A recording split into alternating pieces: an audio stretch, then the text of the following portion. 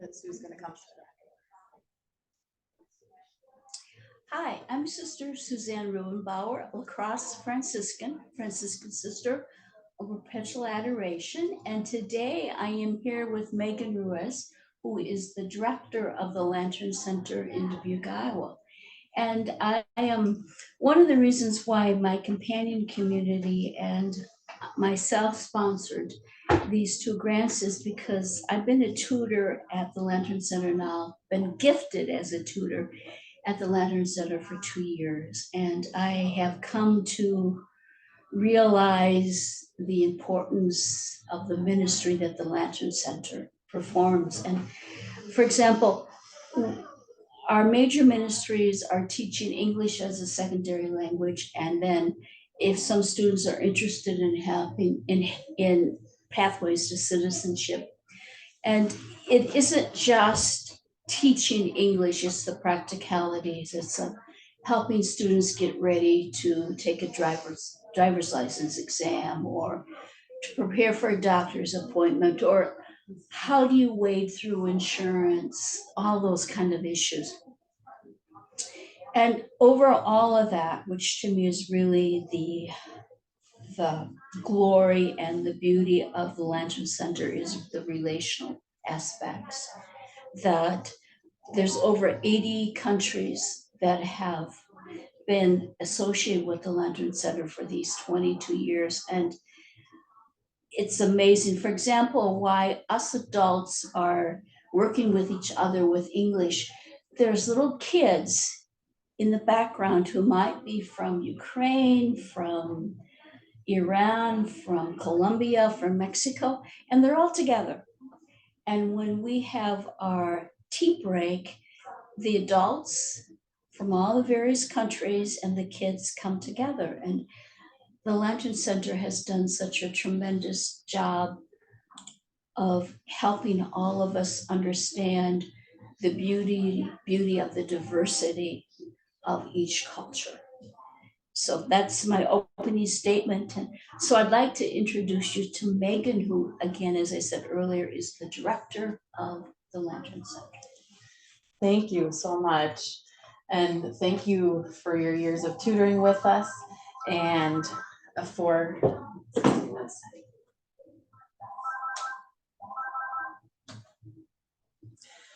and thank you for all of your dedication and your hard work, and for making us aware of this grant opportunity, and for being the sponsor to us for that, both in writing a letter to help us with the grant and all of everything that goes involved in that. We could not do it without our volunteers. I mean, my staff and the board and I might be the ones who are driving the bus, but the volunteers are really the ones who are the wheels. They keep the mission moving, they keep us going forward. And our volunteers, we have over 100 students a year. In 2022, we served 252 individual immigrants. And without the over 100 volunteers that we have every year who generously give their time, we could not give that one-on-one support to people. And really that's where the important part is. They've given an average of 4,000 volunteer hours a year. And we're the only center like ours that provides that one-on-one free English tutoring. And so people can really move forward with their English language learning a little more quickly than they even could in a classroom. We're a good counterpart, with classroom learning, such as at the community college. They might be taking an adult ESOL class there, but we're a great supplement to that, a great partner with that, because they get to one-on-one, they get to focus on the level of English that they're at. And like Suzanne said, they might bring paperwork, they might bring insurance documents, they might bring applications that they have to work on to rent an apartment, or a document they got from insurance, or just a whole variety of things that they're working on reading, and then they can read some of it, but they want to make sure they understood it, and they have that relationship of trust built with their tutor and us staff. And so we help them with the language piece, but we're also a welcome center, and so we provide referrals and advocacy and all kinds of other support kind of along the way during that language learning journey. Can you tell us how and when the Lantern Center started? Yeah, so well, in the 1990s, the Pope at the time sent would speak every year during World Migrant Day and World Migration Day, and he made an appeal to not only Catholics and Christians, but to everybody throughout the world, to welcome the immigrant, welcome the stranger. There were millions of refugees that were just waiting to be welcomed to a new country and to rebuild their home because, for example, in Ethiopia, there were, devastating droughts that drove people off of their farmland and made them unable to use the land. There was, tragic, horrific genocide in Rwanda. There were wars in the Middle East, in Bosnia, the conflict in Iran in the 90s, and just other natural disasters and wars all over the world that had left millions of refugees. And lots of countries were welcoming refugees, but not enough. And so the appeal was to figure out what the needs were and how those needs could be met in all corners of the globe. And so the Sisters of the Presentation did research in the late 90s and found that in the Dubuque area, there were quite a few immigrants. There were thousands of immigrants in a, probably 60-mile radius of us, but there were no other places where they could learn language for free, where they could be welcomed, where they could help get resources and referrals to use the education that they had in their home country, which they often had to, which often didn't transfer over here. So we've got people that were, farmers in their home communities. They were teachers, they were doctors, just all sorts of professions where, either because of needing to work on their English, or because it's different. They're growing different crops here. They maybe were a history teacher in Africa and history is different here. So needing to start from scratch, rebuild their lives, rebuild their marketable skills in their new community. And, that's kind of one of the reasons that we were started. And so in that 22 years, we've been able to help with the help of so many volunteers every single year. We've been able to help over 1,700 adult immigrants and hundreds of their kids from, like she mentioned, over 80 different countries. So in our relatively homogeneous tri-state area, I'm so grateful and honored to be in a community that's that welcoming and that's that diverse and that has that many interested volunteers who commit themselves to helping in that way. It's just a blessing and a pleasure to be a part of this ministry. So. And I know Megan referred before that FSPA donated 2 grants. Could you talk about what those 2 grants are and how they have helped met practical needs? Mm-hmm. So the 2 grants that we got were, one was a technology grant for $8,000, and the other one was a financial, an immigrant financial emergency need fund for $8,000 as well. And they were both very high needs in the center.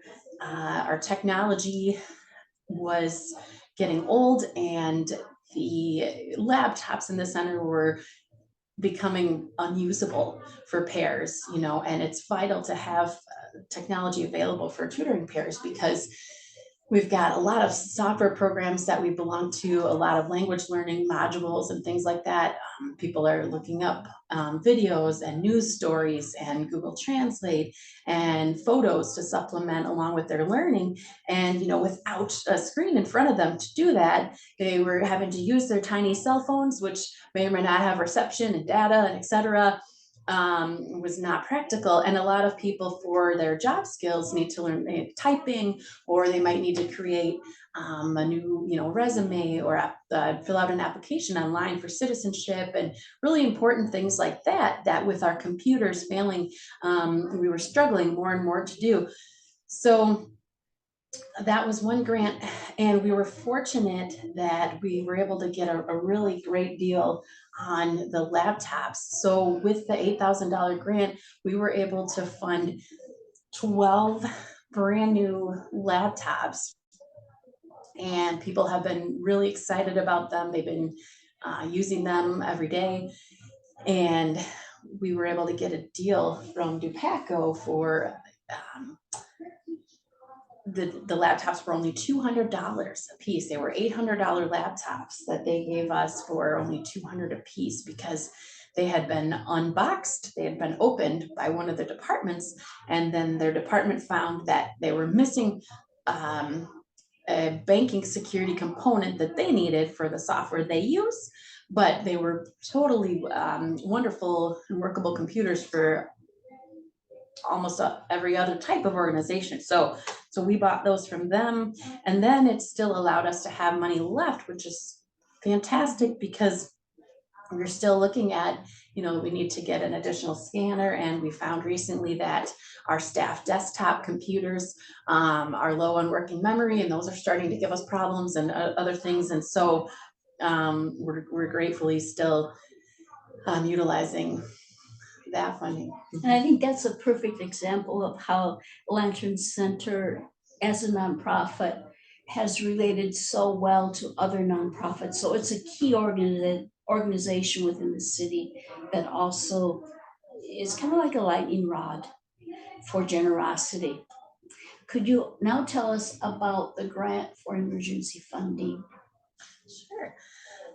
So we're really lucky to be able to be a place that can help people get through hard times, that can help with this, short-term emergency funding that they may not be eligible for or can't get from any other place. So, one example is we had a couple of nursing students recently who they, don't have health insurance, but in order to be eligible to take their nursing classes, they have to have up-to-date vaccines, they have to have scrubs, they have to have, transportation to get there, just this whole host of things, and then keep up on their CNA licensing, and take some other tests and things that cost a lot of money before they're even admitted to the program. So we've been able to help with things like that. And then we've been able to help with other needs, such as there's a group, there's several families in the tri-state area from Afghanistan, several from Ukraine, and the families from Afghanistan, the women in each of those families wants to get into the workforce, wants to get out into the community more, wants to be more independent. And here in the US, they're very grateful that they've got, they're able to take a driver's ed class and to be able to drive and be independent. And it's very necessary in our area, because Ubers and taxis and things like that are very hard to find, and they're extremely expensive. Our bus system ends at 6 p.m., but most jobs for immigrants that are very new to the country and beginning level language might be at restaurants, which are only open at night, or factories, which have the most openings second and third shift. So transportation is vital. And there's 4 women who took driver's ed class with our help and collaboration this past summer, and they really helped and collaborated with one another as well. One of them had a higher level English than the other 3, and had a little more driving experience already before she moved here. And so she was able to help interpret the classes and the videos. And so we would open the center early throughout several weeks in the summer when they were taking their course, so that they could have the center all to themselves with the technology as well. They had the big projection screen so they could all watch the driver's ed videos together and talk them over in their home language, um, and then go on their drive together with their physical driver's ed instructor. And so the funding from the FSPA grant, helped with their driver's ed classes, which are several $100s a piece, which can be cost prohibitive if you have a large family, and it's maybe seen as an additional need or a luxury need, when we know it's really a vital need, that they get that, so that can help them become upwardly mobile more quickly. And we had a fun example of one of the women who had recently got her license about 6 weeks ago after the summer class, and they were able to get a family car, and she was able to drive herself and her friend who was in the class with her, doesn't have a vehicle yet, to a cooking class locally. And so I was able to go and help out with the cooking class, and it was just really fun just to see them arrive by themselves, and they were so proud of their wayfinding skills that they got there, and you could just tell there was just this glow about them and just this happiness and pride. And then they were able to participate in the class, um, and just be independent in the community, and participate. So that was fantastic.